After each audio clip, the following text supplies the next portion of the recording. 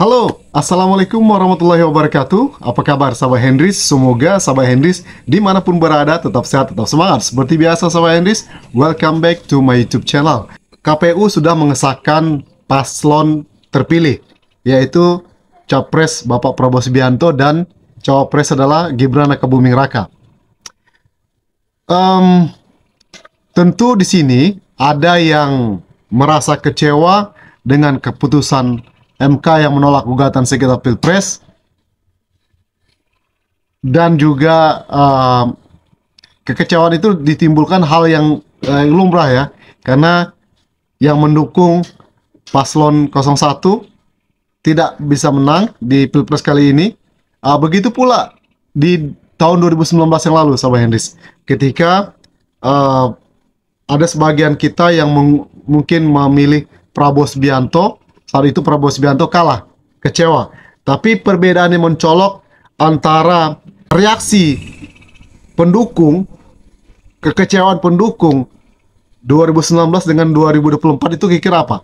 Yang paling mencolok adalah kalau 2019 ketika Prabowo Subianto kalah, para pendukung itu bereaksi dengan sedikit frontal, keras ya. Demo besar-besaran di Bawaslu atau KPU waktu itu ya, sampai ada korban jiwa, ya kan? Tentunya sidang terus berlanjut. Sedangkan di tahun 2024 ini memang kecewa, tapi tidak ada terjadinya korban jiwa. Karena apa? Kalau 2019 itu Pak Prabowo Subianto dengan apa namanya, kerasnya menolak, sehingga membangkitkan apa namanya, semangat para pendukung untuk apa, menolak juga gitu loh. Akhirnya kita diperlihatkan dengan kejadian yang tidak kita inginkan. Sedangkan 2024 ini pendukung kecewa wajar, tapi mereka tidak bertindak dengan apa namanya, frontal. Kenapa? Karena Pak Anies dan Pak Agus Muhaimin itu menghimbau. Jadi kelihatan adem gitu ya. Apalagi pas pengesahan kemarin Anies Baswedan hadir di KPU ya kan. Jadi pendukung 01 terkesan juga tidak sefrontal pendukung Prabowo 2019, sehingga tidak terjadi korban jiwa, demo besar-besaran dan lain sebagainya. Karena sebagian pendukung Anies Baswedan di tahun 2024 ini adalah pendukung Prabowo di tahun 2019. Jadi berpindah. 2019 dukung Prabowo, dengan masuknya Pak Anies Baswedan menjadi baca pres gitu ya, pendukung ramai-ramai pindah. Walaupun ada juga sebagian yang tetap loyal, tetap mendukung Prabowo Subianto. Kalau kalian ada yang pindah atau tetap mendukung Prabowo Subianto, komen di bawah ya guys ya. Lalu kayak saya pribadi, saya dulu dukung Prabowo Subianto 2019 ya. Sempat kecewa saat dia masuk ke pemerintahan Jokowi dengan kabinetnya, sekarang jadi Menhan. Tapi sempat saya berpikir positif, ceritakan dengan istri, mudah-mudahan dengan masuknya Prabowo, positif saya waktu itu adalah bisa jadi ini salah satu siasat politiknya Prabowo agar bisa menang di Pilpres 2024. Jadi dia harus masuk nih, karena kalau melawan Jokowi waktu itu tetap akan kalah. Makanya dia akan masuk ke pemerintahan kabinetnya Joko Widodo. Mungkin dia akan masuk mencari tahu bagaimana caranya bisa menang, ya kan? Karena akan sangat sulit menang dengan melawan Jokowi waktu itu. Salah satunya mungkin masuk ke kabinet. Mungkin itu siasat politiknya.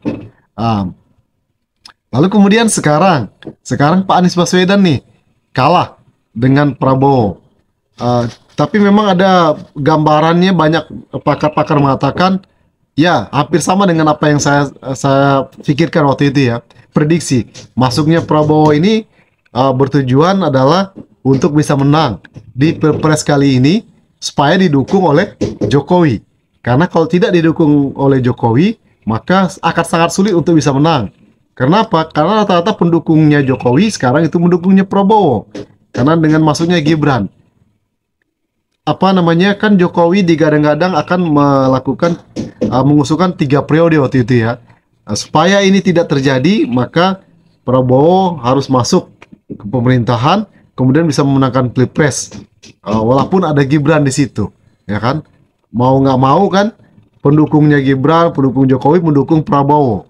Nah, itu mungkin salah satu alasan siasat politik dari Prabowo biar bisa menang Pilpres kali ini. Benar nggak, sahabat? Mungkin seperti itu ya. Saya bukan ahli prediksi ya, saya bukan ahli ilmu politik ya.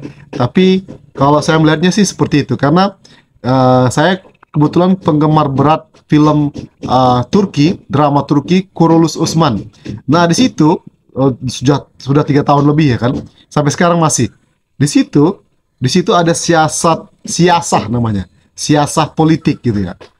Bagaimana Osman itu terkadang dia bergabung dengan lawannya. Lawannya di sini ya untuk bisa menang. Begitu juga ini yang dilakukan oleh Prabowo. Tampaknya seperti itu ya. Mungkin saya salah. Lalu kemudian sekarang Pak Anies Baswedan dia kalah. Tentu kita kecewa. Kemudian ada di Metro TV yang terbaru pertanyaan jebakan dari apa namanya, host. Apakah nanti Pak Anies Baswedan akan masuk ke kabinet? Lalu dengan elegannya Pak Anies jawab supaya tidak menghindari fitnah. Nah, kalaupun seandainya, bahkan ada di TikTok saya perhatikan itu sudah ada susunan kabinet, termasuknya di situ ada Pak Anies Baswedan masuk menjadi Menteri Luar Negeri. Kan di dalam debat itu Pak Anies menggaungkan oposisi. Di dialog-dialog juga dia mengedepankan oposisi.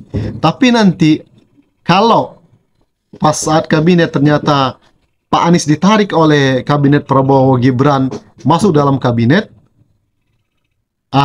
lalu bagaimana? Apakah kita yang mendukung Anies Baswedan akan kecewa dengan masuknya dia ke kabinet?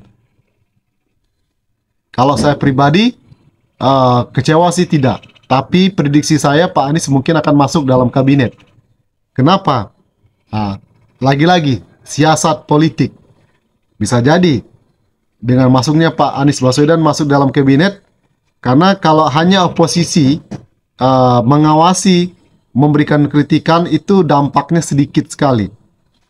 Mungkin nanti hanya partai-partai yang masuk oposisi, ada partai yang oposisi, ya. Tapi dengan masuknya Pak Anies tentu ada wewenang dalam pemerintah yang bisa dikerjakan. Ya, tentu nanti juga ada siasat politik untuk pemilu selanjutnya. Nah, karena ini kan ada lawan bayang-bayangnya Jokowi, Gibran Rakabuming Raka, dinasti politik katanya masyarakat gitu ya. Makanya mereka mungkin berkolaborasi. Kalau saya berpikirnya begitu. Kenapa? Karena Pak Prabowo itu sindir Anies Baswedan itu memang tampak di setting untuk seolah-olah mereka dengan Pak Anies Baswedan. Tapi kalau saya melihat mereka begini dengan Pak Anies Baswedan, we will see.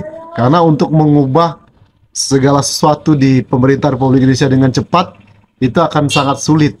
Makanya butuh siasat-siasat politik. Itu menurut pandangan saya.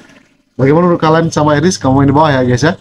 Oke, itu saja video kali ini sama Iris. Thank you for your attention. One more time, don't forget to subscribe, like, comment, and share. Support channel ini OTW 100.000 subscribers. See you in the next video. Assalamualaikum warahmatullahi wabarakatuh. Bye bye.